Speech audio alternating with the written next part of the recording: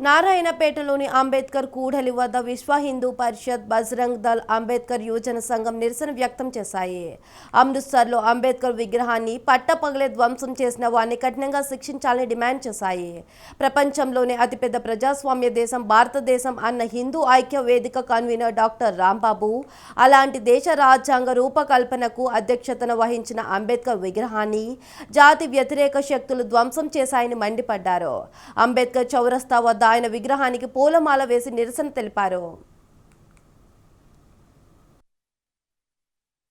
కొందరు వ్యతిరేకంగా ఇంకొకలాగా తీసుకొని ఈరోజు ఆ రాజ్యాంగాన్ని రచించిన ఆ అంబేద్కర్ గారి విగ్రహాన్ని ధ్వంసం చేసేంత స్వేచ్ఛను వారు తీసుకుంటున్నారు. అలాంటి స్వేచ్ఛ అనేది ఇంకా మన దేశంలో లేదు, రాదు కూడా. దీన్ని ఇలాంటి చర్యలు ఎవరు ఎప్పుడు చేసినా కూడా మేము అందరము సమైక్యంగా కుల మతాలకు అతీతంగా ప్రతి ఒక్కరం వచ్చి వ్యతిరేకిస్తూ తీవ్రంగా ఖండిస్తాం.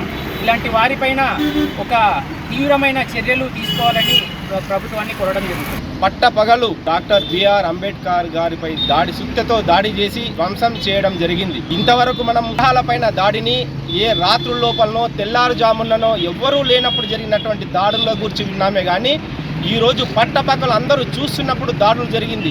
దీని విషయం పైన మనం చాలా ఆలోచన చేసి తీవ్రంగా ఖండించాల్సిన అవసరం ఉంది. ఎందుకంటే పంజాబ్ రాష్ట్రంలో ఖలిస్తానీ వాదులు పెరిగిపోతున్నారు. ఆ ఖలిస్తానీ వాదులకు మన రాజ్యాంగం అంటే ఏమాత్రం ఇష్టం లేదు. ఆ రాజ్యాంగాన్ని రచించినటువంటి అంబేద్కర్ పైన దాడి అందుకొరకే చేస్తున్నారు వాళ్ళు. కాబట్టి ఇటువంటి దానిని మనం మామూలుగా తీసుకొని వదిలితే మాత్రము ఇది పంజాబ్ రాష్ట్రంలో ఉన్న అంబేద్కర్ విగ్రహాలు అన్నీ కూడా ధ్వంసమయ్యాయి.